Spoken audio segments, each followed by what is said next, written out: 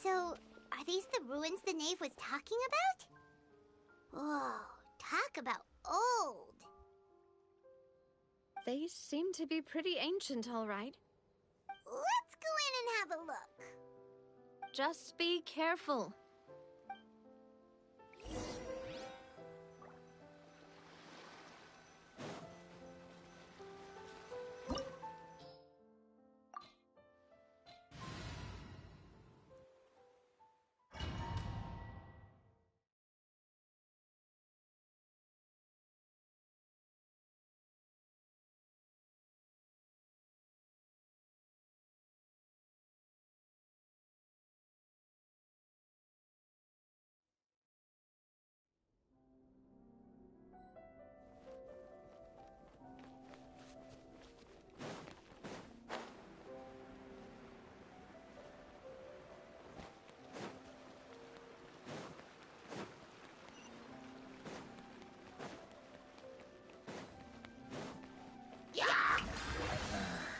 Time to shine!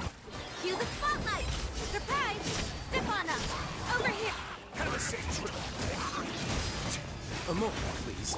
The wind rises.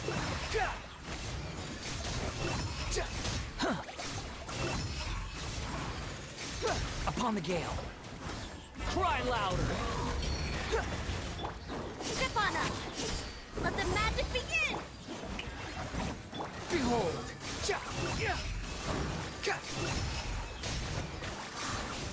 You're dead!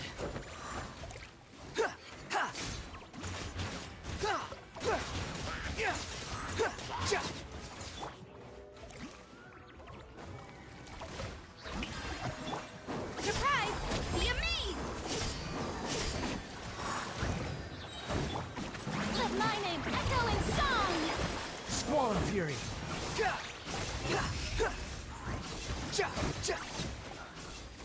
Dada Kundala.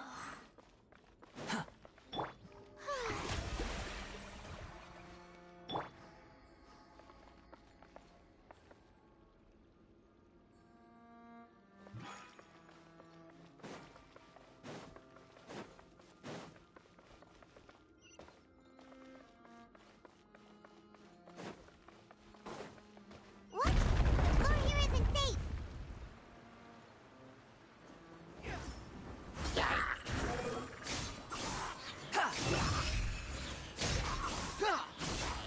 Search for it!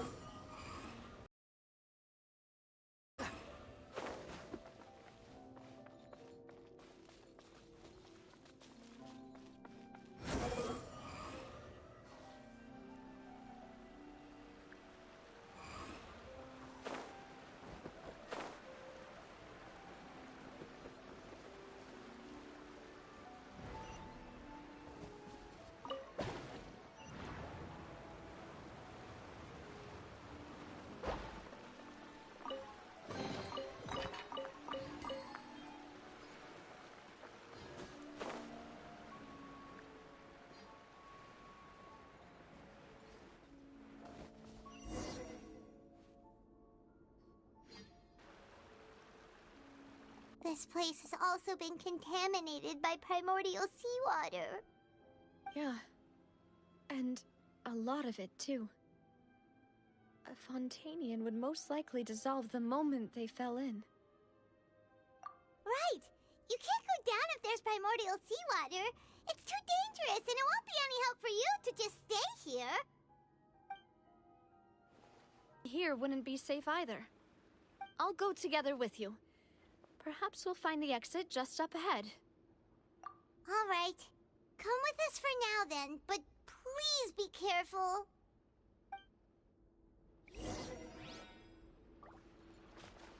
Behold! Oh no, it's a dead end! Let's try climbing over from the side.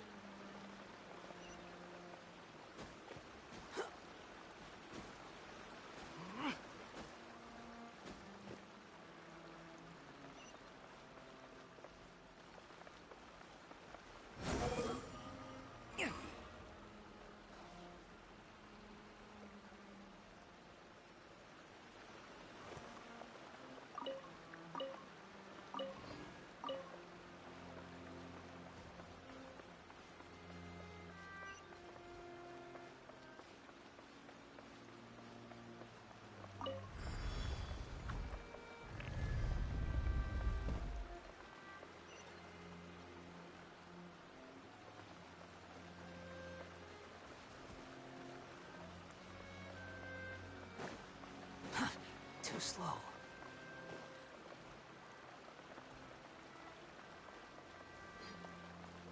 The wind rises. Wait, there's something wrong with this bridge!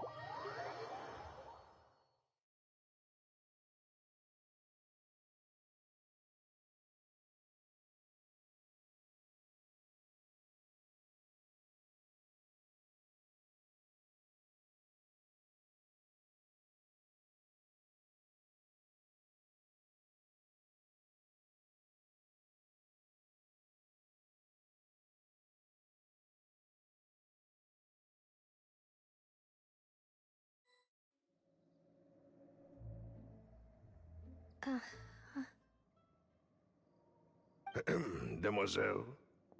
Huh? Demoiselle, what are you doing here by yourself? Would you be standing here till dark if I hadn't come to get you? Maybe she just wants some time to herself, Maloose. Hmm? Oh. Was I sleeping? Yes, it would appear so. I must be tired. That's quite possible. However, you were the one that suggested we go out for a walk. Oh, right. I nearly forgot. It must have slipped my mind when I dozed off. I haven't had a nap today yet. Have I? This is a familiar feeling, yet something's a little strange. Is something the matter, Demoiselle? Oh, no. No, I'm fine. I was just trying to recall why we came out for a walk. Do you remember Mr. Giverny? He'd requested our help before with foreign merchants who had a debt dispute with him, and we'd resolved the matter not long ago. We were headed to see how things were going with him at the moment. Ah, right. Yes. I remember now. Oh, Miss Navia. Ah, Mr. Maloose. And Mr. Silver, too. It's good to see all of you. How have you been? I've been great. Thanks to your help, those bothersome merchants finally realized that I wasn't the one they were looking for. Why, I wasn't even the guarantor for that person. They were knocking at my door day and night. Even my neighbor, Obina, was getting fed up with them. Sometimes force is required to calm someone down and get them to listen to what you have to say. That's right. Oh, by the way, Burnett, what was it that you wanted to give to Miss Navia again? Oh, yes. One moment, I have it right here. Miss Navia, these are some flower seeds that I prepared. Please take them. They're a very good variety, and they'll become very big and beautiful once they bloom.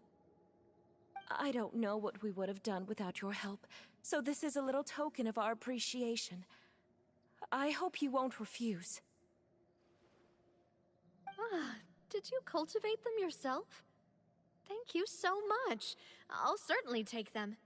Maloose, we do still have some empty flower pots at home, right? Why, we can have as many pots as you'd like, Demoiselle. Perfect. In that case, we'll swap out some of the decorative plants for some of Mrs. Burnett's flowers. Very well. Wait. Something seems to be off here. Excuse me, madam. If I'm not mistaken, your name is Burnett, correct? That's right. Is something wrong? No, it's nothing. This is the first time we've ever met, but your name seemed familiar to me. I must have heard it when I was discussing things with your husband previously. I've heard this name before. Sometime recently, I'm sure of it. And why are there so few people around here? Where did everyone go? We must mind the time, demoiselle. We still have important things to attend to today. Huh? We do? Like what? Well, now, did you forget? Miss Navia, here you are. I've been looking for you. Please, come to the Opera House. Your trial is about to begin. My trial? Wait, why would I need to go to the Opera House? Yes, she's right, demoiselle. It's just about time now, so we should get going. Oh? All right then.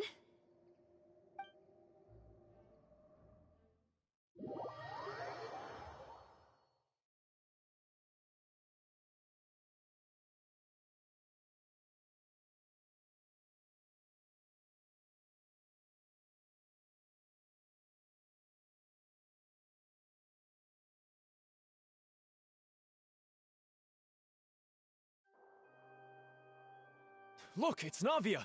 She's here! And her two attendants are with her. Goodness, everyone's finally here.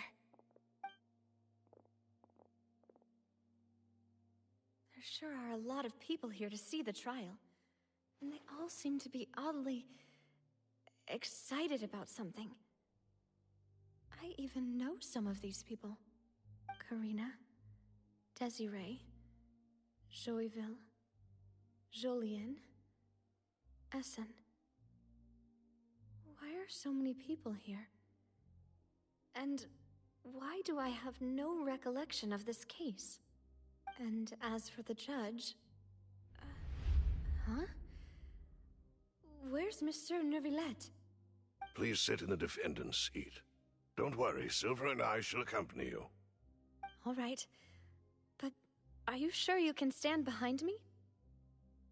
Typically, it wouldn't be allowed, but today is an exception.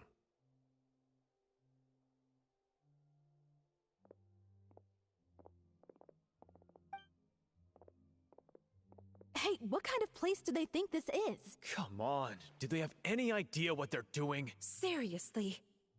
Enough with the whispering! Could someone please tell me where Monsieur Neuvillette is? And why I'm standing trial? My dear Miss Navia, have you not yet realized what you've done? In that case, allow me to explain. As all here know, you are Master Callus's successor, the head of the Spina di Rosula, someone held in high regard by every soul in Poisson. After you took over the Spina, you treated all of us just like the late Master Callus had. If anyone in need reached out to you for help, you responded. Not only you, but your butler, your subordinates, nearly everyone in the Spina di Rosula fought for the well-being of those in Poisson. Wait a moment. Aren't you just proving that I'm a good person? Yes, correct. Absolutely right. And that is why you stand accused. You have helped so many people get through so many difficulties. You are one with us. We are inseparable. We are one big family, all of us who are from Poisson, inextricably linked. And with you being so important, we couldn't possibly do without you. Therefore, this fair and honorable court shall declare you guilty, and you shall stay here. You will be together with us forever. Huh? What are you saying? Everything you have said is correct. I have indeed done a lot for my hometown, and I would be willing to be with you all, but what is the purpose of having me stand here like this? What is there to discuss? Ah, well, if that's what you think, then I have no further comments. How wonderful, Miss Navia!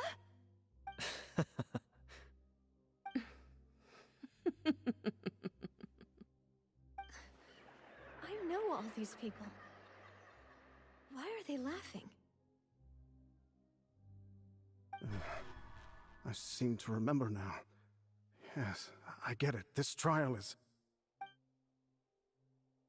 Wait just a moment. This isn't right! Malus? What was that, Mr. Malus? Our conclusion is very clear and unanimous. Let the court judge her now. She's guilty! Stay here, Navia! You're one of us! Demoiselle, don't admit guilt. This trial means to keep you here forever. I wish to exercise my right to defend Our Lady. Mr. Joinville, you only know of Navia's goodness, but nothing of her utterly independent mind. She was born a free and independent spirit. She has never been tied down by anything. Indeed, even the death of Master Callus couldn't stop her. Her actions cannot serve as proof that she identifies herself as part of any group. She merely acted as an individual, extending her hand to help others. Please do not mistake her actions as being otherwise. Really? As an individual, you say? Don't forget, we are all Fontainians here. This is the nation of justice, the nation of Hydro. Even if Miss Navia only voluntarily rendered her assistance, that doesn't change the fact that her beautiful soul must return to everyone. Water accepts all, blends with all. It will surely accept her kindness. Everything is measured here in the nation of Hydro, and in the end, everyone shall meld together. Thus, when a unanimous opinion emerges, that opinion represents justice. Now I speak for everyone.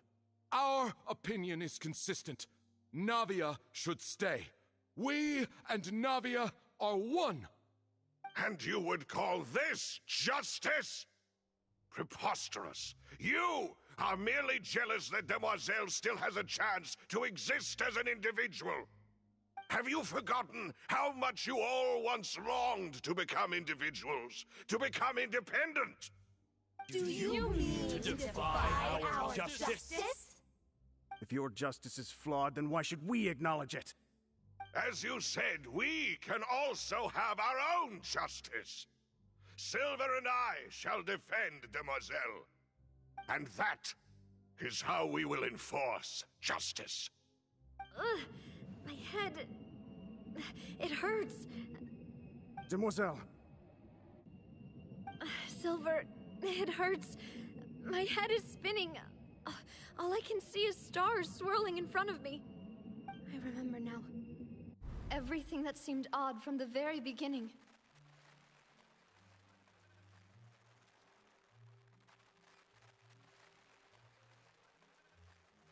Karina, Desiree, Joyville, Jolien, Essen, and Mr. Giverny and Mrs. Burnett, who we met earlier. Even Malus and Silver. I don't want to admit it, but they're all dead. Don't be afraid, and don't admit guilt. We will protect you to the very end. Absurd! Who are you to say that she cannot be judged? We are the majority, and in the nation of trials, the majority is absolute justice. We are the will of all. Don't let them escape! We shall keep Navia here with us! Mr. Malus and Mr. Silver, must you be so stubborn? How could the two of you possibly hope to stand against the collective? Do not resist. This judgment is fair and just. Navia belongs to us. After all that happened, she should not be left alone in Poisson. What are you saying? No more excuses! He says we're jealous. Jealous? How could she possibly be an independent individual? What's with these people? Who's jealous of her? She belongs to us! Miss Navia, she... Silence. That's...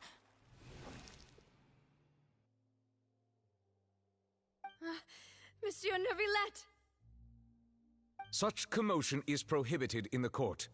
The accusations you just presented are nonsense and cannot constitute a proper trial. The court will adjourn for the rest of the day.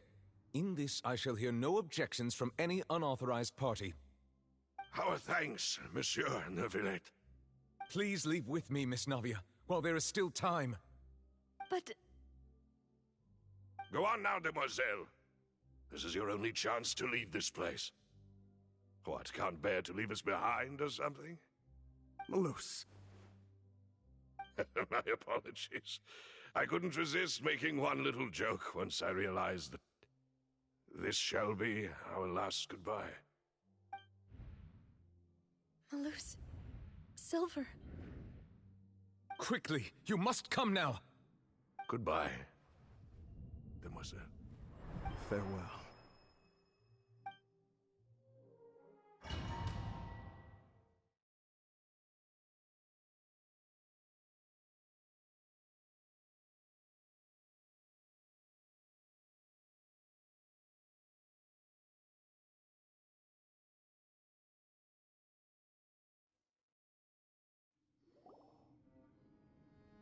No, wait! Just a second! Navia? You're awake. Good.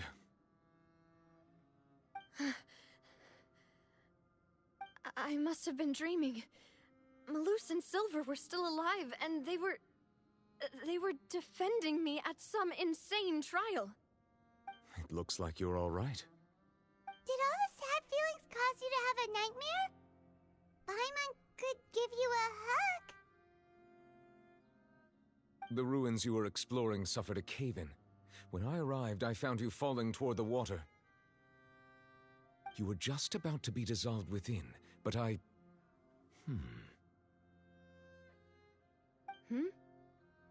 What is it? I think I saw 2 Oceanids protecting you.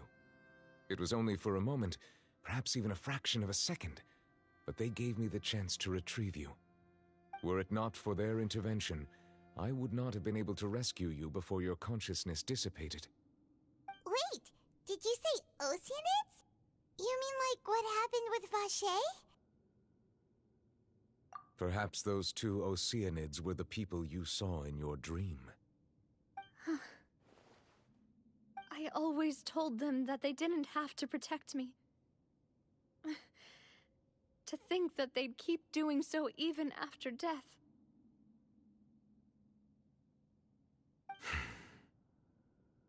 Please come with me.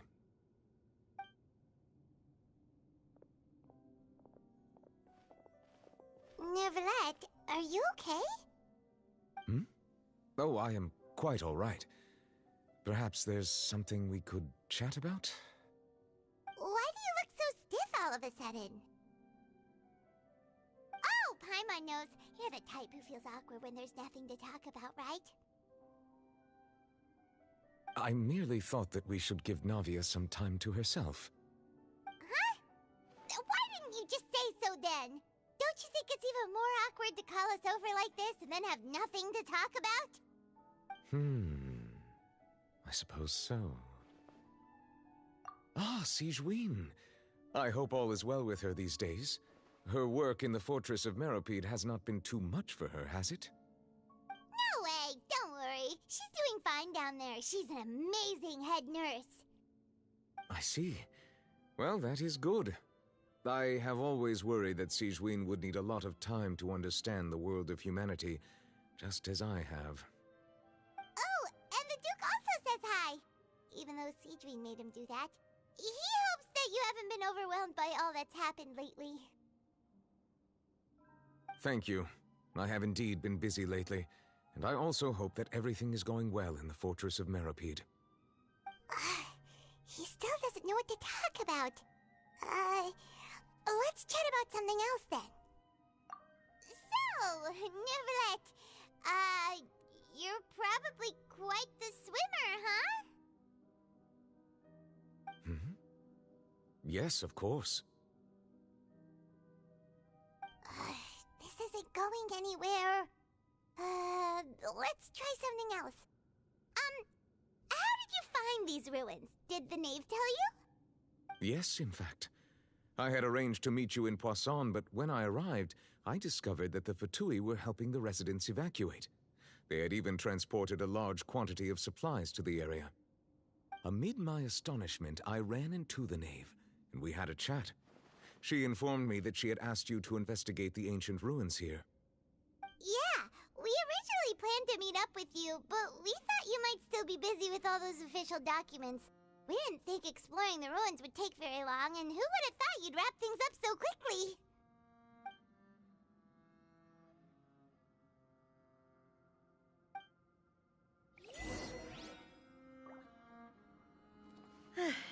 I'm sorry to have kept you all waiting like that. I'm feeling much better now. I guess we should get going again. Will you come with us, Monsieur Neuvillette? Yes, if you wouldn't mind my company. All right! Another one joins the party! Let's get going then! Stefana! Over here! Stay cool and face your guilt! Wretched vermin! Behold!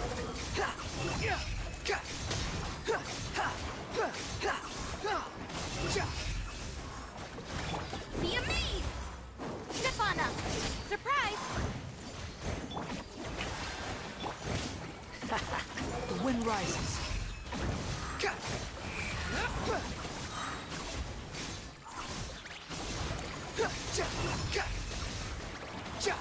Unsightly insects!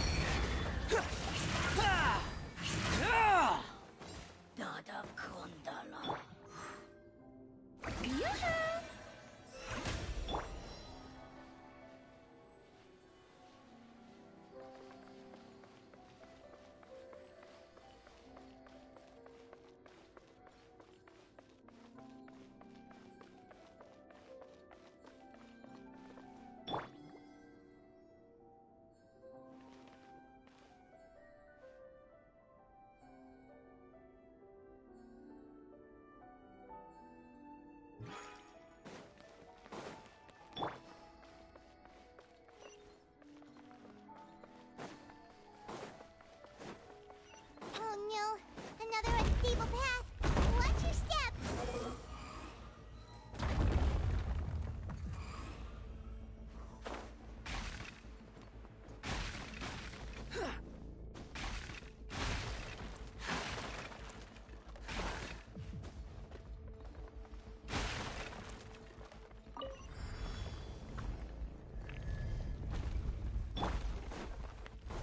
Watch out! There are rocks falling over here!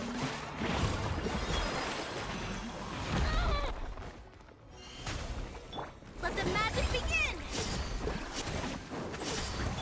Let's begin. The wind rises. Upon the gale.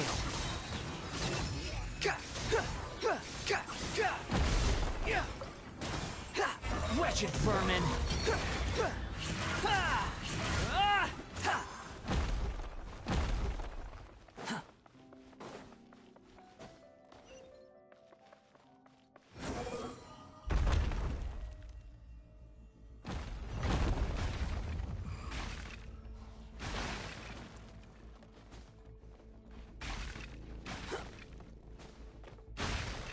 It seems we're almost at the top.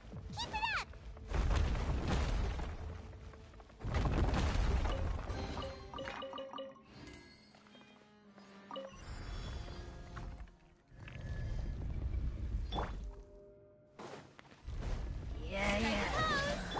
Cue the spotlight!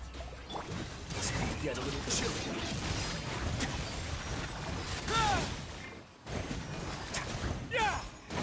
Squall and fury.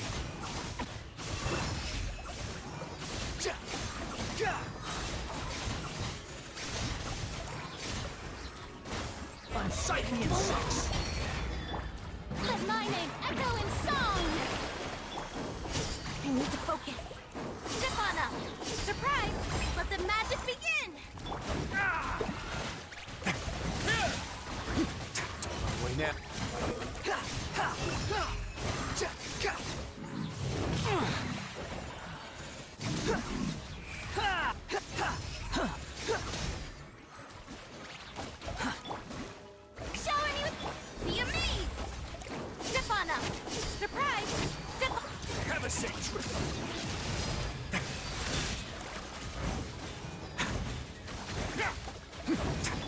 wind rises. Search for it. Yeah. Dada Kundala. Ah. The Shelby.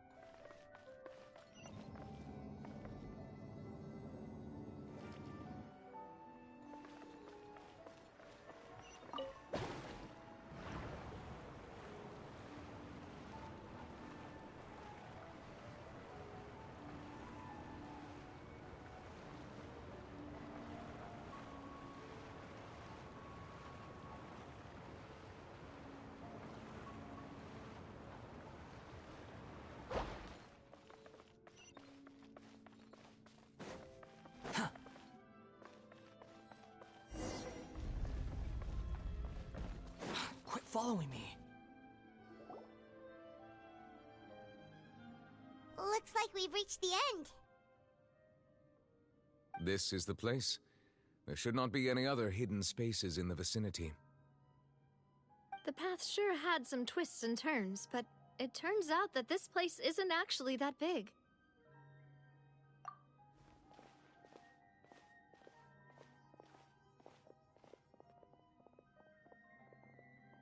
Stone slates.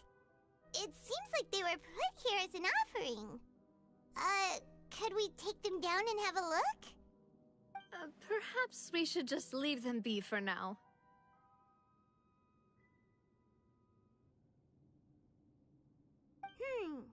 There are 4 locations in total, but only 3 stone slates. The slate that should be in the first empty spot is missing. The surrounding walls also show signs of damage. There's something written below. Let Paimon see. Reason dictates that this nation be destroyed. I shall record the history of its future here in its past. Say what? It feels like someone left these slates and these words here for a purpose. But does he mean that Fontaine should be destroyed?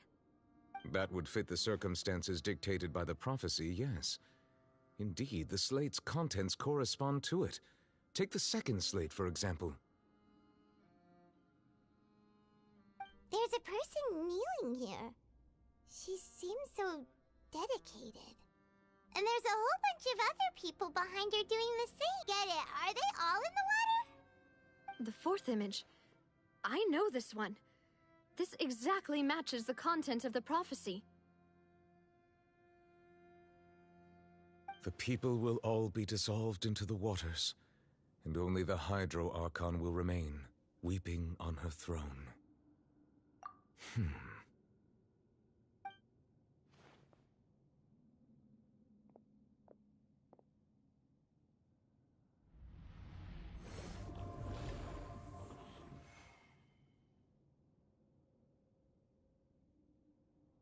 More information should be hidden in these slates, but I fear I cannot easily uncover it, most likely due to us missing the first slate. I am very sorry. Don't blame yourself, Monsieur Neuvillette. Deciphering ancient stone slates isn't one of your duties. Ooh, Paimon's getting the chills just looking at these slates. This says that it's the history of the future, right? That means the prophecy's sure to come true. I really hope it doesn't mean that. Still, Paimon feels like these images are kind of weird when you look at them together.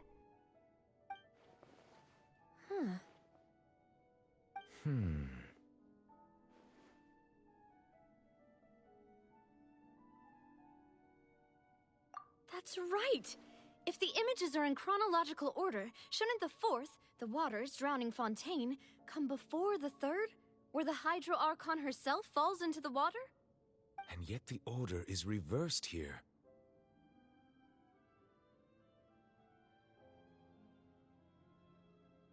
If we go by timing, Lady Farina only emerges in the third image. That means that the person in the second image might be the previous Hydro Archon. Egeria, then. I had never met her, but her appearance here does match the records. The previous Archon kneeling before the floating island in the skies, as if confessing a sin. Did she herself commit that sin? And if not, why would she be in such a posture? Also, I'm still wondering why these ancient stone slates are here at all. Judging from their contents, could this place be the origin of the prophecy? Does that mean that someone, or some people, once saw these slates? But who would have created these slates and left these words here?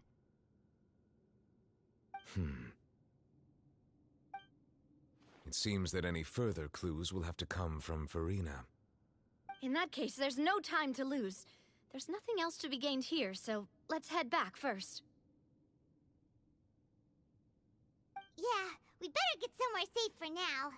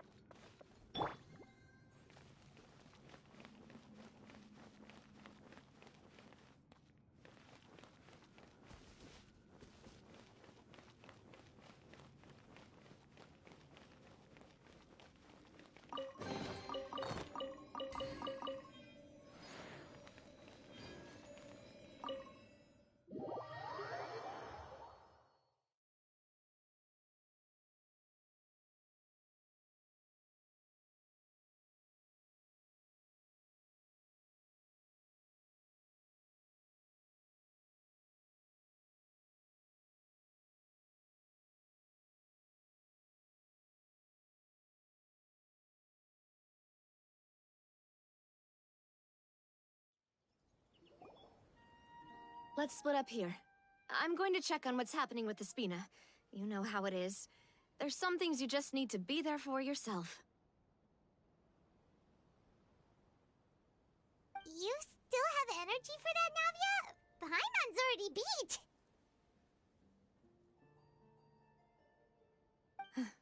Just head back to the Fluvsandre and have a rest then. Thanks for keeping me company all this time. I'll depart as well. Thanks for your hard work today. Rest well, everyone. Traveler, I will go talk to Farina tomorrow morning to ask about the stone slates. I'm sure that you're concerned about this matter as well. If you have time, drop by my office. I will share the results of our discussion with you. Are you really gonna talk to her about this directly? Will that be a problem? Paimon's getting a little scared now that it's come to this. She has long been harboring secrets and will not give them up easily, which makes it all the more my duty to ensure that she understands the present situation. Alright, we'll leave it in your hands then. You're probably the best person to talk to her anyway. I will be carefully considering my words tonight. Traveler, Paimon, our safe house at the Fluvsandre is always open to you as ever, so please don't think you're an imposition. All right. I'll be on my way then.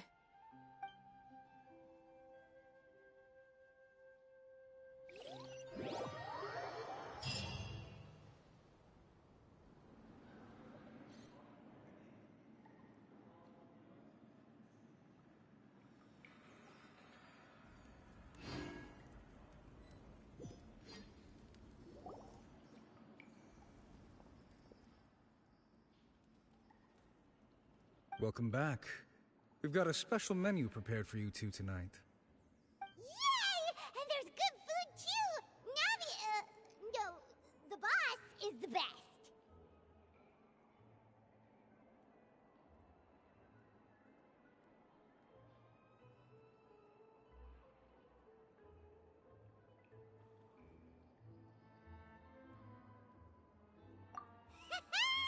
Ooh, desserts! Nice! These are all Paimon's! Paimon's already starting to forget what happened today. Oh, That voice. Is that who I think it is? Huh? It's you two. What are you doing in Fontaine?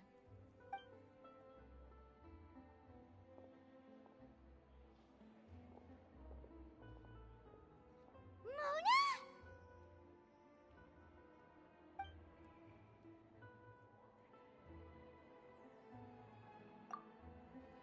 Seriously, nobody just uses a scry glass whenever they've got time to just see who they'll meet on the road. Still, we didn't expect to see you here. Wait, you're not a Fontainian, are you, Mona? Well, I have some business to attend to here, so I booked a hotel in the city. I was just out for a stroll when I bumped into you. Quite unexpectedly, if I might add. Why did you think I was from Fontaine, though? Is that because Magistus doesn't sound much like a Mondstadter surname? Yeah, let's go with that. Well, I used to have my own surname, which was, well, some other thing. Either way, the old hag told me when she took me as her disciple that the first step to being a great astrologist's pupil was to change that name. There was nothing for it, really. She really is amazing at astrology, so I changed my name to what it is now according to her wishes. To my surprise, however, Magistus is not the name of some ancient house or clan. It isn't? Nope.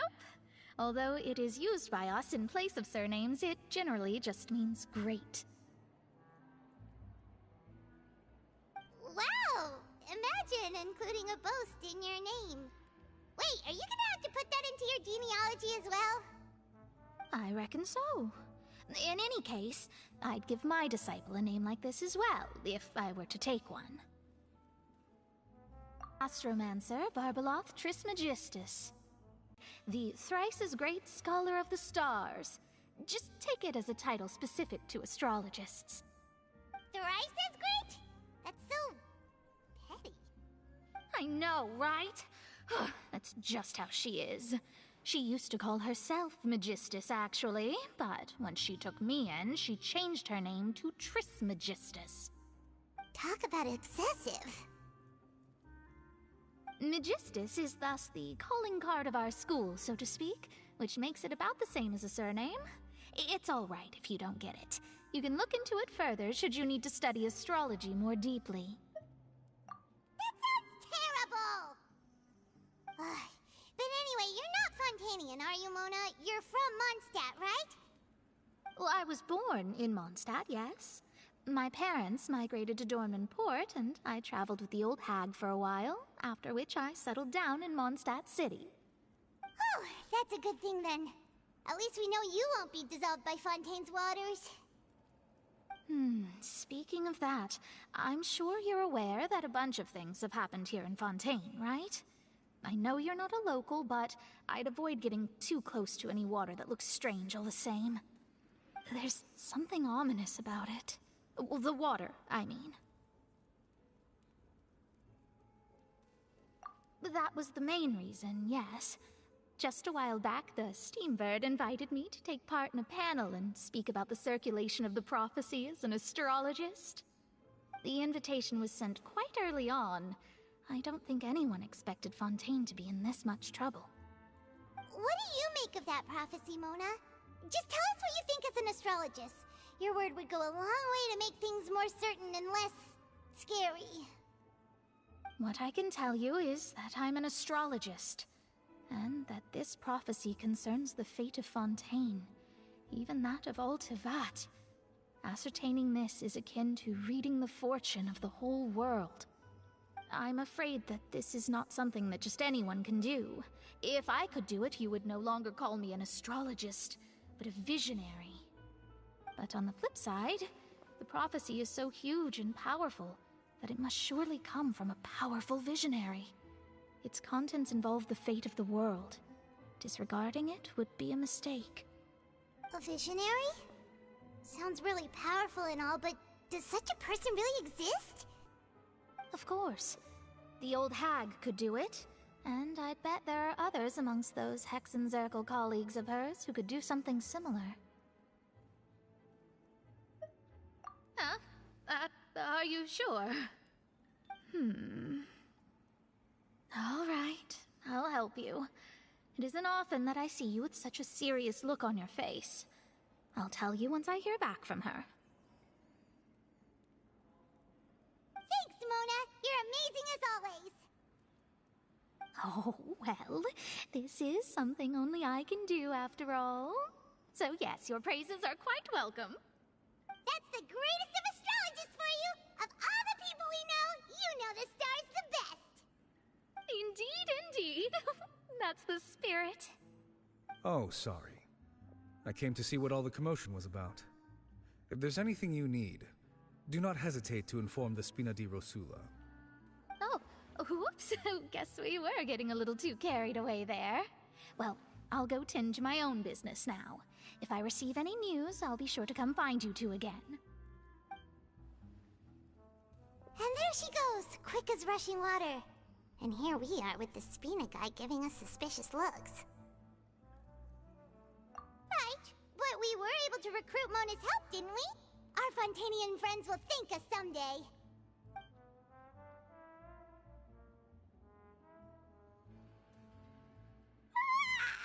Good morning. To be honest, I'm still feeling kind of sleepy.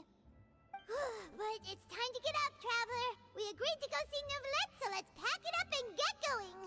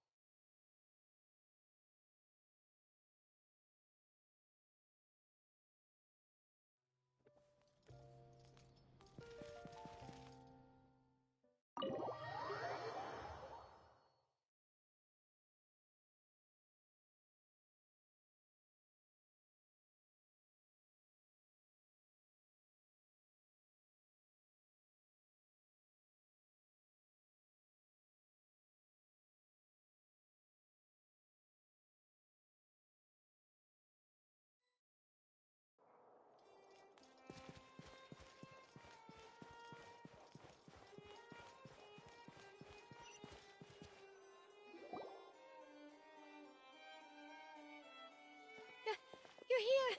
Finally! Is something wrong? Monsieur Neuvillette and Lady Farina, they seem to have gotten into a dispute. Please go see for yourself.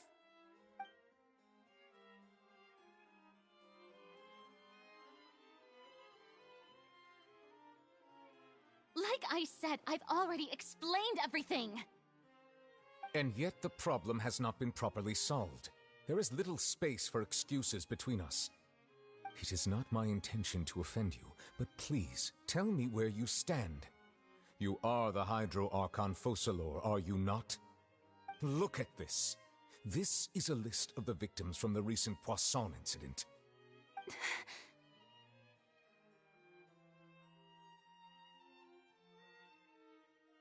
You mean... they're all... We did not arrive in time to avert this disaster, and I will not have it happen again. I will say this once more. You must tell me everything you know. Yesterday, I found 3 stone slates in some ancient ruins near Poisson. Do you know anything about those? Seriously? You're questioning me like this is a court case now. I don't know anything about that. But you found them in some ancient ruins, you say? That's correct, which is why I came to ask you some questions. There should have been 4 slates, but one of them was missing. The other 3 feature different images that seem to correlate to the prophecy. The prophecy? The second of these slates depicts the previous Hydro Archon Egeria kneeling before a floating island in the sky, as if confessing something. Do you know nothing of this either? I don't. I've never seen such slates. I'll ask you again. Do you really have no information regarding the previous Archon? My deciphering of the slates indicates that the Hydro Archon Egeria once had to confess to, or apologize for, a certain sin. If anyone would know about it, it should be you. All gods don't have the same secrets, you know. She was herself and I'm me. Is it really so strange that I know nothing? I understand your concerns, but I'm sorry. I just don't have anything to tell you. Forgive me for saying this now, Lady Farina, but I have long known of your various secret investigations into certain matters. There are several indications that you have been investigating the prophecy on the sly. This is not strange in itself, considering that you are the Hydro Archon. But it is strange that you should also claim to not know any of Egeria's secrets, as well as do nothing following your inquiries. You have never been as superficial as you have presented yourself to be, nor are you a fool. And yet, your behavior is very inconsistent.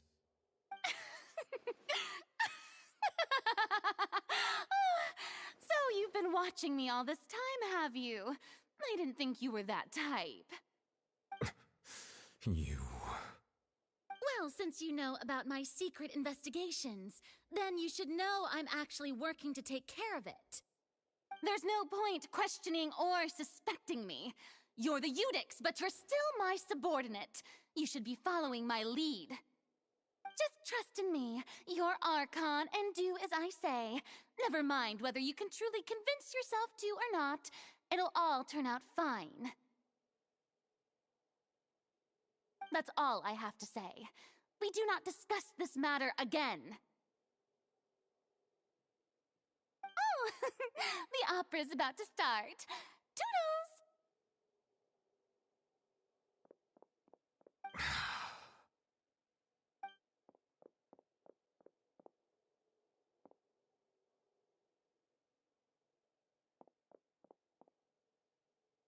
Did Farina not notice us standing by the door? Wonder what's up with her. She was smiling. Huh. She didn't seem in the mood to care if we were listening in or not. I assume you've been outside for a while now? Oh! You noticed! Seems Farina didn't even realize we were here. She was in a great panic, though I cannot discern the reason.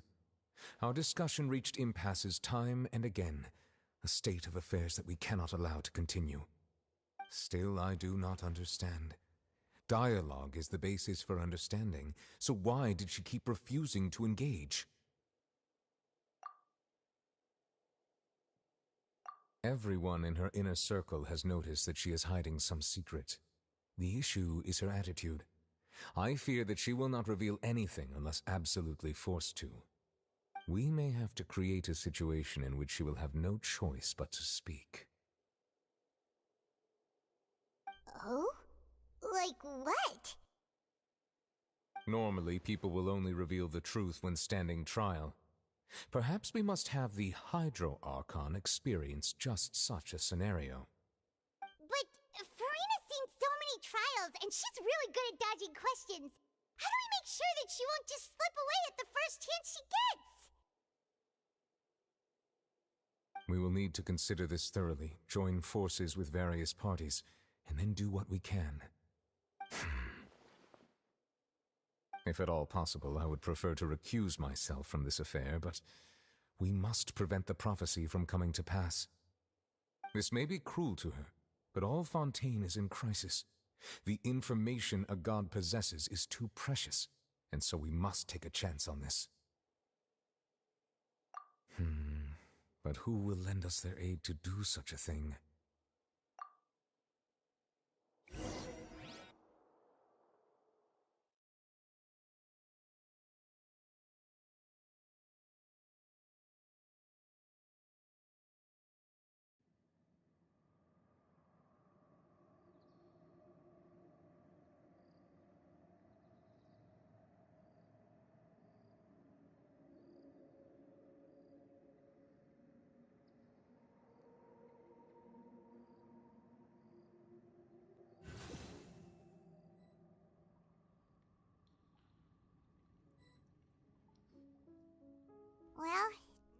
everyone, huh? Speaking of which, it was pretty smart of you to think of hiding here. Poisson was just involved in a disaster, so it's presently devoid of people. That naturally makes it the best choice. And here you are drinking tea like it's the most natural thing in the world, huh? That's what families should do. Sit and enjoy a leisurely time together. It's nice to enjoy tea here, you know? Care for a cup? Lend me your ears, everyone. Or perhaps one of you might like to start us off. How about you, friend? Me? No, I don't think I can. Then, how about you, good sir? I fear that I will cause the mood on this boat to become as somber as it is in court. Well then, I guess we're lucky we've got a local like me to organize things. Wonderful, the spotlight at last. I guess I'll be facilitating things from here. That was a little long-winded, don't you think? Oh, you might be right. Anyway, to cut to the chase, our friend here, the Traveler, has brought us together to discuss something. As for what that is, well, let's start by saying that we'll be pooling our efforts together to create a series of traps. Oh, how intriguing. Well, it's just an expression, really. One that I just learned from Chlorand, and used on the spot. So, let's invite her to explain in detail. A round of applause, please.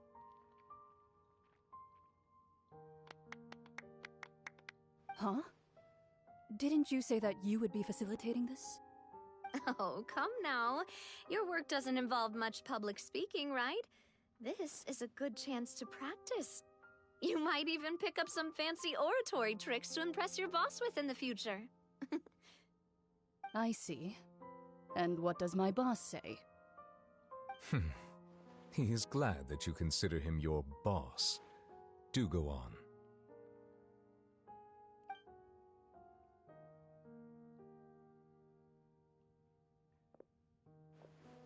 In that case, do any of you have experience hunting? Not that I recall. Fremine and I once used a wooden stick in a basket to catch wild rabbits when we were younger. As for Lynette, oh, right. You were sick that day, weren't you? I've also gone diving to catch some fish before. Does that count? I'm afraid not. You may or may not have heard, but Fontaine once played host to a group known as the Marechaussee Hunters. Though that was their name, they did not hunt animals, but rather various monsters left behind by the ancient dynasty of King Remus. Today, Fontaine's monster population has already thinned greatly, so the hunters have blended back into society, taking up arms in other lines of work. They even left a unique methodology of hunting in their wake. A trap comprises of the following components: bait, a trigger, and a containment device. Sometimes a lethal implement will also be necessary to deal with the prey. So, if we were to build a trap together, right now, what would you choose to build it with? For me, I would prefer something basket-shaped. Pigeons and rabbits will see the bait and naturally enter the snare. Our line of work requires a deft hand, and we're some of the best in the industry, so you can count on our techniques. You used some of those techniques while moving the people of Poisson, didn't you? My subordinates mentioned that you even performed some magic for the bawling children. Yes, and I even managed to gather some intelligence in the meantime. I'm quite the multitasker if I do say so myself. I'm afraid I can't claim that as my strong suit. I prefer more stable methods, like placing bait in the water and waiting for the fish to come within reach. That's the kind of method I would count on. Calm and steady. Exactly the kind of person who would catch loads of fish. And I can be their assistant. With discretion, I'm sure. I'd probably use some sort of mechanical animal. Papa once bought me some small clockwork squirrels, mice, and such, When placed in the forest, they can attract others of their kind. I remember that you liked those too, didn't you? I did. And that would be a good way to go about it. If they're realistic enough, animals of the same kind will follow them all the way to the trap. What about you, Monsieur Neuvillette? I fear I do not have any related experience. That makes sense. You usually solve problems directly, without the use of any such tricks. But I do have one more question for you, Monsieur. If we were to create a trap now, how would you design it? I would like for it to be effective, but bring no harm to the prey. A more gentle trap would be ideal. Kind, as always. However, our intention doesn't necessarily change the containment device and the type of implement we need. If we wanted to kill the prey in one strike, we would need a powerful implement. However, that also goes for prey that must be captured and safely contained. Wait, why's that? Only a hunter who's a true expert at subduing their prey can snare it without harming it. The line that divides life and death is often exceedingly thin. So are we going hunting together? Huh. We hadn't thought of seeing ourselves as hunters.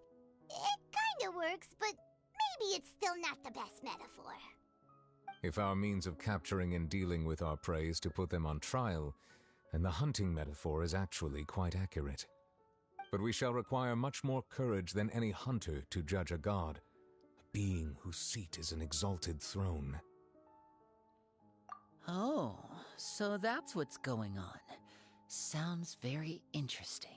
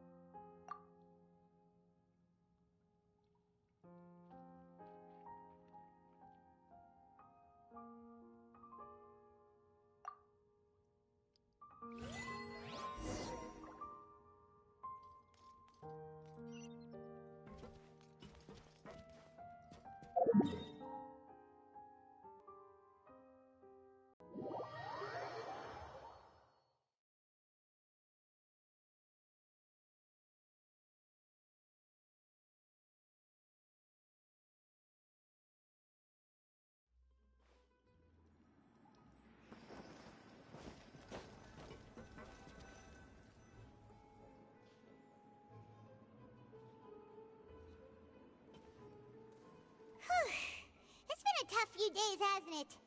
So much has been happening. Paimon didn't think the meetings would go on for so long, but everyone seemed pretty fired up, huh? Paimon thought they'd be at least a little frightened. Well, Fremine was, now that Paimon thinks about it, but everyone else just looked a little surprised. Well... It's hard to say. Paimon doesn't have any experience with this sort of thing. But with you around, Paimon sure will do great. After all, you're the most reliable person in the world, aren't you? Did you just pour some tea? Paimon didn't notice you doing that at all. Then what's that? Paimon's never seen that cup before. Don't be frightened. I'm just joining you two for tea. I merely refrained from saying anything till now. Who's that voice? But there's no one here. Ah, have you forgotten me already? Wait, you are familiar. You're the voice we heard from the sky in Sumeru. The voice from the sky, I fear that description is wrong. Though, not completely wrong. You're feeling lost now, just as you were feeling previously. I sensed that confusion and thus came to you. Guiding people is an irresistible hobby of mine, after all. Consider me a passerby, just accepting a commission from my friend's disciple on a whim.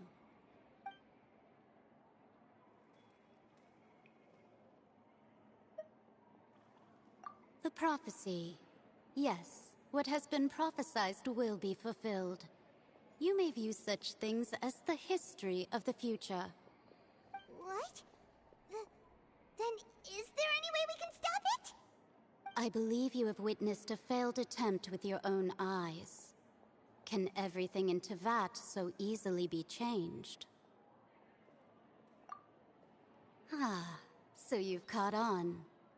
Just as prophecies are usually only the future as seen from the perspectives of the gods, could things be happening in hidden corners where the gods' gaze does not fall?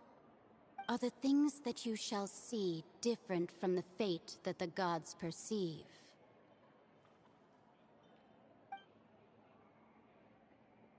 What is she talking about? It all sounds really impressive and important and stuff, but it also sounds kind of scary.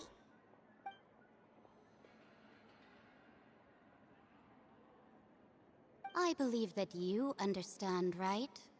Some things are insignificant, but others you must reach out to change. Ultimately, fate shall serve as your only guide, no matter what will happen in Tevat's future. All you need to do is to play your part. This was good tea, by the way. Thank you for your hospitality. Well, that'll be all for today. The voice. It's gone.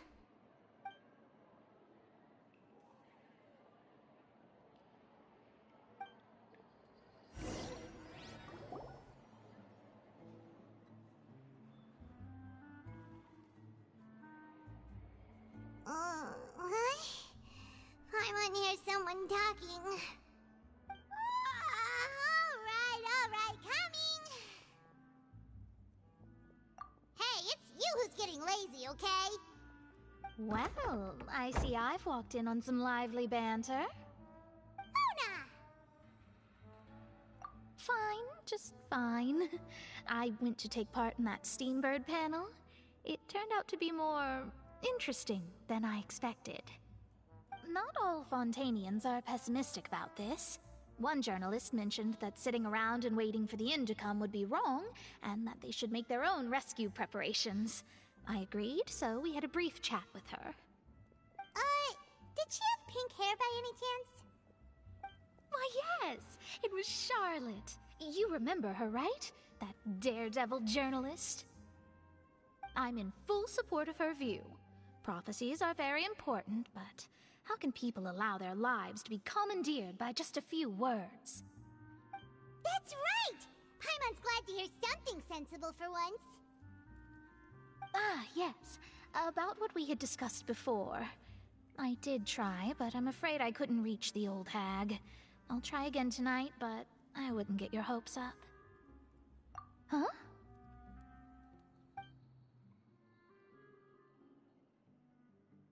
Goodness gracious. Are you serious? She said that even the god's gaze has blind spots. Pretty bold if you ask Paimon. Most people would believe the gods to be all-knowing, right? The Hexen Circle members are certainly anything but ordinary. As for the mage named N, the old hag has mentioned her a few times. She said that N's sense of direction is incredible, and that she loves guiding those who are lost. But I've never met her, and if she were still alive, she'd be... well, suffice it to say that the hag's at least a few hundred now, and N's been around for longer than that. Whoa, the Hexen Circle sounds like a scary group. But they must really stay in shape to live so long. Their abilities alone are pretty terrifying. If she came to see you personally, then the problem you're facing must truly be of great importance. Well, it's not like Paimon could understand anything she said. Yes, she was quite cryptic, but I suspect she means that there is still a way to turn things around. She didn't say when or what that would be, though, so... Perhaps it is something that you cannot know right now.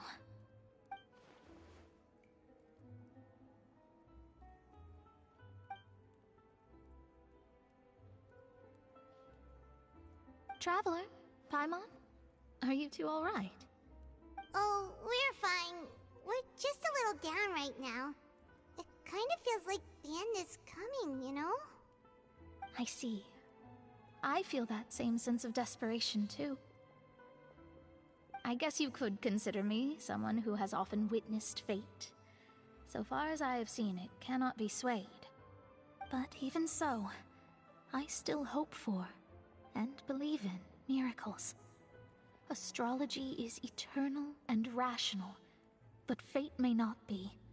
It is cruel, but it can also be beautiful. Perhaps that's what En was trying to tell you. Not to lose heart, and to believe that what you are seeing playing out before you is not yet set in stone. I did originally think of steering clear of all this, but I couldn't. Even if this is all futile, I still wish to help everyone. If we don't struggle to the last, then how can we face the end when it comes? Huh. You do have a point. There I go, talking about astrological principles again. Sorry about that. The moment I start talking about work-related stuff... I need to get going. It was worth trying to comfort you, even if only a little. I believe that you'll help those who are struggling in the same way I did. I suppose that might be why we always seem to meet by coincidence. Paimon feels kind of moved by what Mona said. But also kind of sad, too. Hey, Traveler. Paimon suddenly feels like going outside for a walk. Let's go. Let's walk around the city, shall we? There's a few spots we always like to walk by.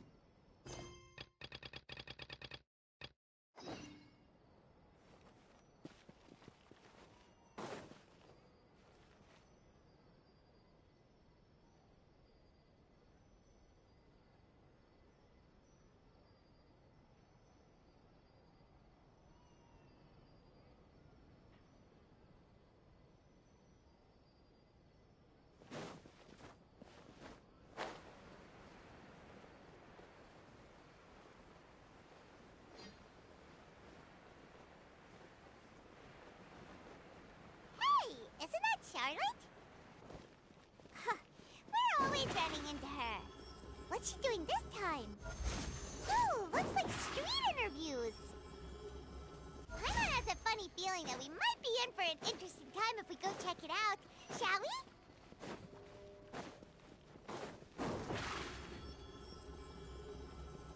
Step on up! Huh? Our names are written in this newspaper. What's going on? Let Paimon see! The underwater stronghold, the Fortress of Meripede, has continued in its noble autonomy, but that does not mean that others cannot interact with it. My recent attempts to enter the fortress bore little fruit. Huh. Guess Charlotte still hasn't given up on that. Thus, did an Outlander friend become the focus of this report, a blonde adventurer with their white fairy legends trailing in their wake. It is said that this mysterious traveler once visited the underwater fortress. So while the fortress's interior remains a mystery behind closed doors, do not fear, for the tales of the traveler contain surprises in spades. Journalist Charlotte's biggest scoop yet, the Traveler's Trail, World Walker. Huh. Charlotte took so many awesome photos of us and we never even noticed her. She hasn't been able to get a hold of anything at the fortress, so since we're easier to find, she's using us as the subject matter instead? Ugh, seriously? Well, fine. Those headlines and photos do look cool, so Paimon will forgive her this time.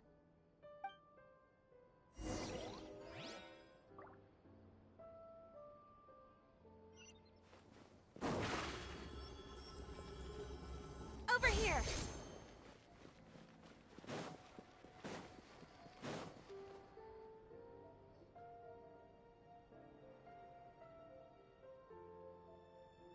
We're here! Paimon's hungry. Should we go in and get something to eat?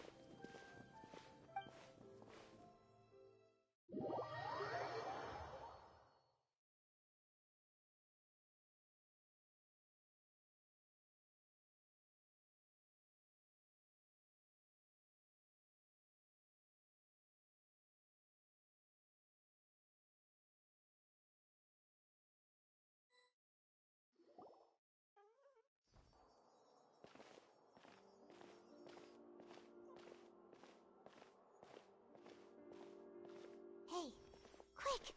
Look! That's the limited edition only 16 slices a day cake! It was so delicious the last time we tried it! Despite the tense situation we were in, let's give it another go! I'm sure it'll be great! One slice of cake, please. Someone showed up after all! Oh, wait, you're the one from the Palais Mermonia.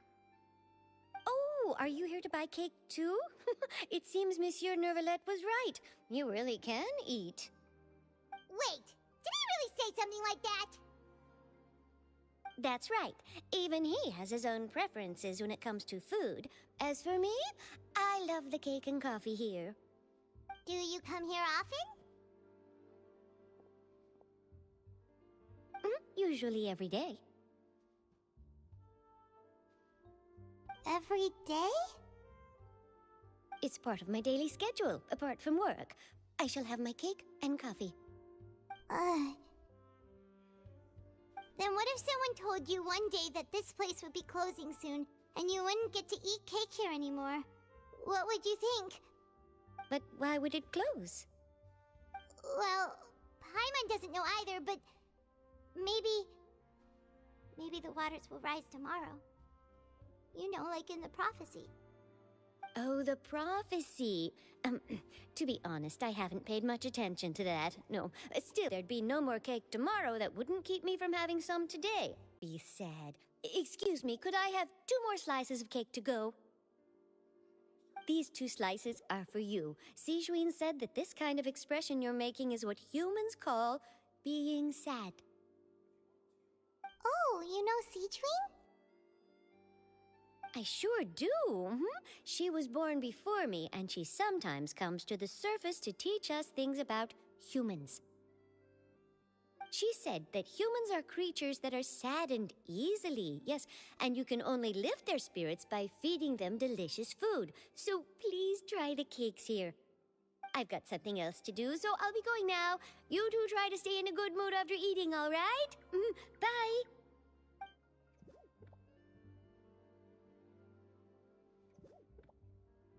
And there she goes. All right, let's dig in. I'm unsure this cake will be delicious.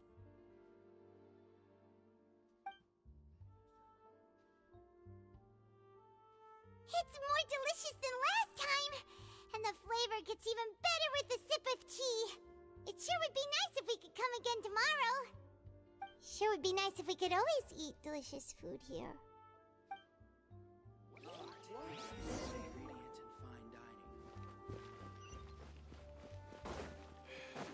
If you want tea or water.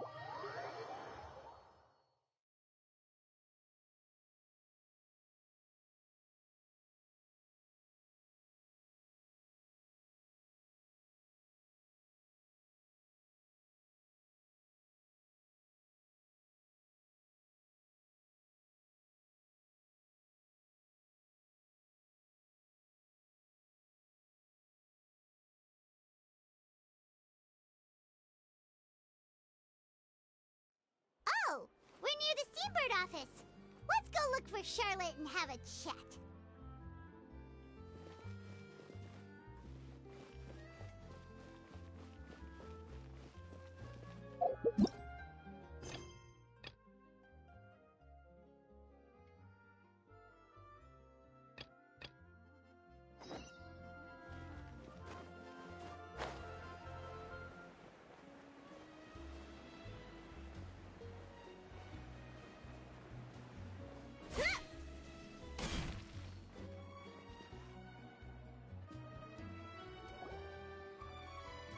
I see.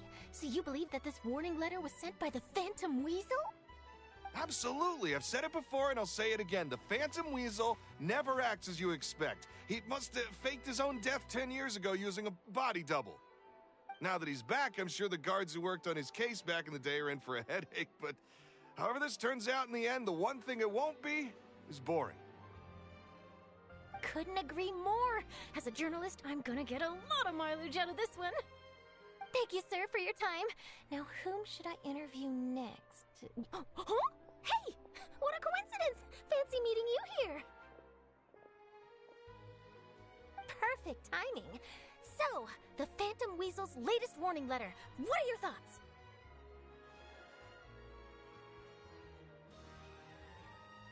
Yeah, this is the first time we're hearing of this one. Could you clue us in? Huh? Oh, sorry. Yes, this case is from a decade ago. I guess you wouldn't know about it. Well, not to worry. You're in good hands because I'm a professional. The story goes like this. 10 or so years ago, a phantom thief became active in the court of Fountaine. Known only as the Weasel. Nobody knew his true identity, and the authorities never managed to catch him. Wow, cool! He sounds like one of those mysterious night burglars that you read about in novels. Precisely. Well, except the part where they actually have a good reputation. Our Weasel targeted whatever people held dear, and no one was safe from his predations. He would just as soon steal a necklace from a rich merchant's safe as he would a toy doll given to a commoner child for their birthday. I know. The phantom thieves you read about in novels rob the rich to pay the poor, but this guy did not discriminate.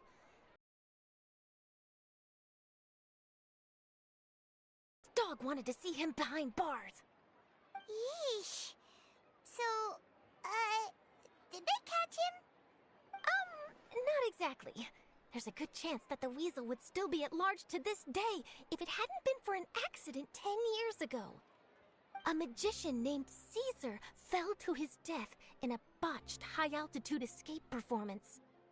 When the police went through his personal effects, they found a hoard of stolen loot and gadgets used for criminal activities.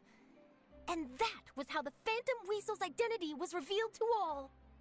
Sure enough, thefts in Fontaine went down after Caesar's death. But today, 10 years on, the notorious thief has once again issued one of his warning letters and pasted it on the gate of the Opera Epiclese for all to see. I had to squeeze through the crowd this morning to get a photo as soon as I heard. Here, it's this one. So, this is the warning letter, huh? Let's see what he wrote. 3 days from now, when evening falls, I shall take from you that which you hold most dear at the Opera House, just as you did to me 10 years ago. This is, without a doubt, a clear declaration of criminal intent. After years of laying low, the Phantom Weasel is back with a vengeance. What once seemed like an open and shut case has been blown wide open again. But why has he reemerged now, and what does he want? I sense an epic scoop, and I'm going for it! Uh-oh. If this thief will steal anything that other people value, does that mean even we might be targeted? Really? Oh, let him try! In fact, Hyman's gonna eat all our snacks right now! Let's see what he can do about that! Okay, the people have spoken. It's clear that the public are very concerned about the Phantom Weasel's reappearance. Let's see, I've got a photo of the letter, my interview notes. Yep, that should be enough to form the skeleton of my article. It does feel like something is missing, though. Something exclusive. Who should I interview next? I need someone with a more concrete connection to the weasel. Is that who I think it is? Lenny! Magic, magician, Caesar! The Phantom Weasel! That's it! Let's go interview Lenny! You see, the original Phantom Thief Caesar was a magician too! And what do Phantom Thieves and magicians have in common? They both have an air of mystery about them. Perhaps there's a connection there. Are you serious? What sort of a deduction is that? Oh, relax. My journalistic instinct tells me that an exclusive news story is beckoning. Let's go. No time for delay.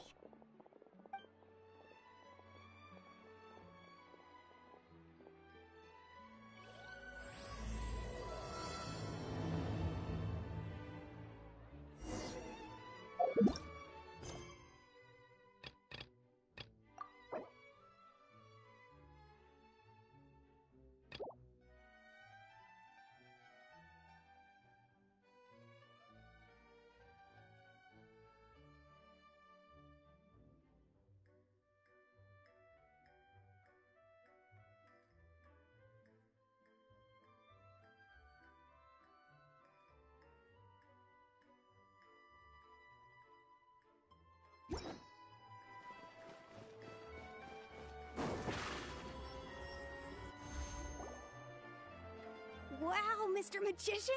How did you know which card I picked? Oh, it's simple. Come closer, and I'll let you in on my secret. Magicians have a special skill called telepathy, which means we can read other people's minds. Really? Then, what am I thinking now? Well, first you need to relax, because I can see that you're clenching your fist in your mind, as if to say, no, I mustn't let him guess it. Aww. And now you're getting a little flustered. You're trying to find a way to empty your mind, to think of nothing at all. But the more you try to hide a secret, the easier it'll come out. You snuck out from home today, didn't you? You told your family a little lie so you could come out and play. Now, that's not a good habit. You can tell? Oh boy, you really can read my mind. Of course. Oh, and that's the end of my performance. You should really be heading home. Remember to apologize to your family, all right? They must be worried about you. All right, got it. Bye, Mr. Magician.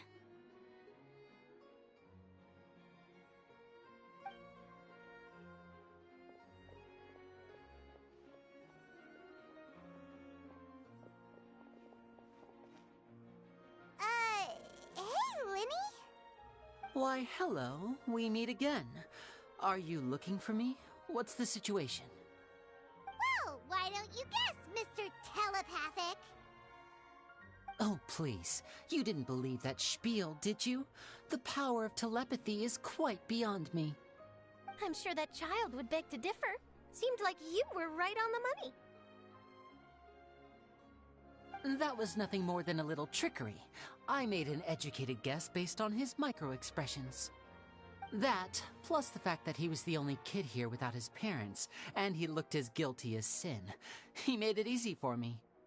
You guys, on the other hand, let me guess. Don't tell me you're here for the Phantom Weasel, are you? Wow, got it in one! Is this more of your trickery at work? Wait, really? No trickery this time. It was pure luck.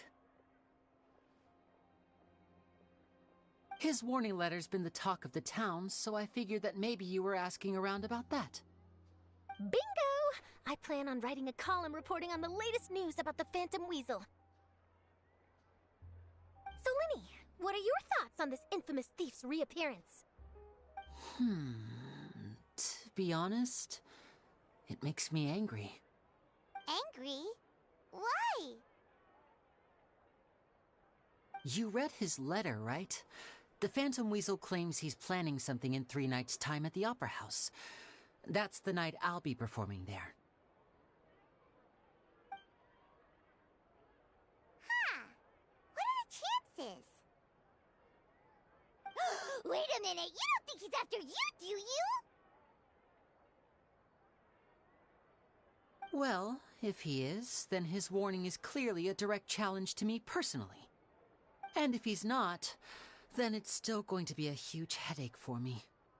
The mere mention of the Weasel's name is enough to scare people off. So once the contents of that letter get out, barely anyone will be showing up to watch my show. But I've been preparing for this for a long time. I'm not about to let him ruin my big day. This leaves me with only one choice. I have to expose the Phantom Weasel's identity before the show begins. Really? So what you're saying is, we might get to see a live duel between a famous magician and an infamous thief? Wow, this has exclusive written all over it! To be honest, I'm not sure if I'll emerge the victor. The Phantom Weasel is a notorious crook, infamous for his inscrutable methods. You're being far too modest, Linny. I think your magic tricks are even more inscrutable than those of a thief. Thanks for the compliment, though I have to say, I don't care much for the comparison. A lot of people liken magicians to thieves because we both have the ability to make things disappear without the person noticing. But there's an important difference that these people overlook. Allow me to demonstrate with a quick magic trick. Here, I have a flower, just an ordinary flower that was picked not long ago. Watch it carefully now. 3, 2, 1. It's gone! That's the question. Where did it go? Therein lies the difference between us. Thieves make precious things disappear, but only magicians make them reappear. If I could now invite you all to check your clothes, there might be a surprise in there somewhere.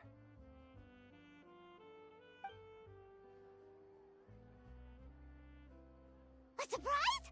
Let me see!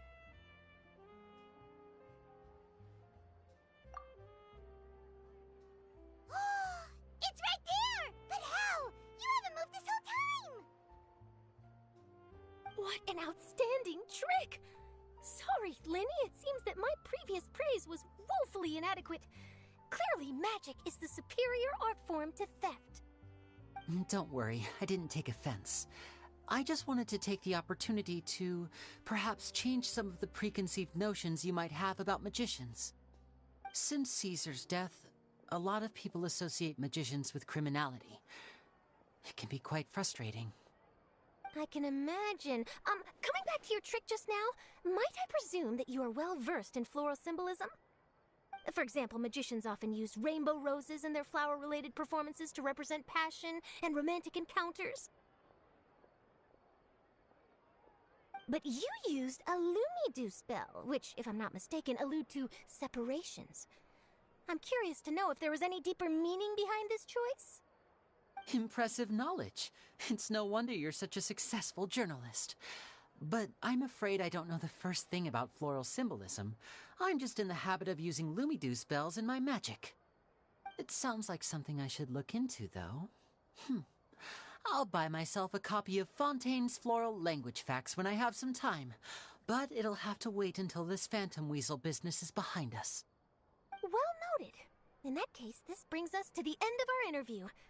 I, for one, am looking forward to the final showdown between you and the thief. Please feel free to get in touch to update me on any further developments. Otherwise, I will of course see you at your show in 3 days' time. But let's hope the Phantom Weasel is caught by then. If there's nothing else, I'll be off. You've given me lots to work with here, and I've got no time to lose if I want to write that exclusive piece. I'll see you all later.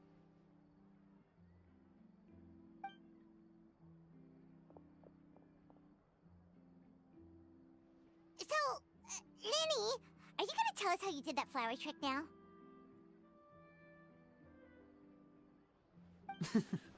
I'm afraid that's my little secret.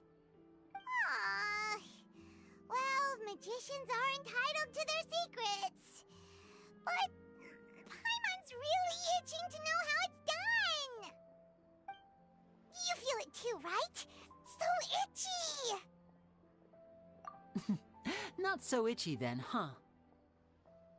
Well, since you're so concerned, how would you like to serve as my temporary magician's assistants and help me investigate? Magician's assistants? Oh, that sounds fun! Assistants are technically magicians too!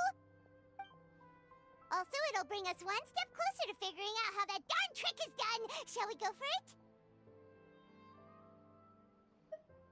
The first thing we need to look into is who Caesar really was. If he truly was the Phantom Weasel, that means that the weasel is dead, and whoever wrote this warning letter is just a copycat criminal. But if he wasn't the weasel? Well, that'll make things more interesting. It would mean that the weasel lives, and he's been laying low all this time in some corner of Fountaine. And if we're investigating Caesar, his fiancée Gemma is a good place to start. Word is that she visits the cemetery often, so I asked Lynette to wait for her there. We should make a move. Let's go and rendezvous with Lynette.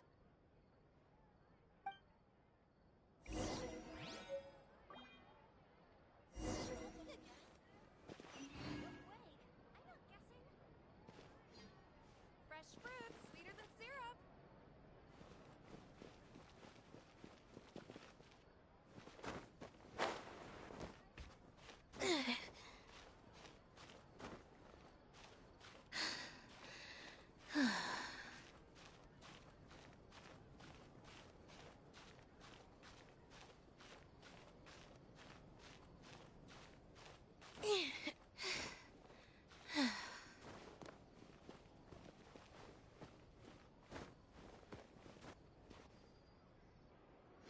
Wow! If it isn't the Traveler and Paimon! Oh, have you seen the article? Ha! You've got some nerve! You just used us to make some quick mora! Oh, you needn't worry about that. I heard that you were in Poisson some time back, so I sent you a letter to discuss just that. It appears you didn't receive it, though. It's all right, though. I've set aside the amount intended for you. I've even set the table with some food. Really?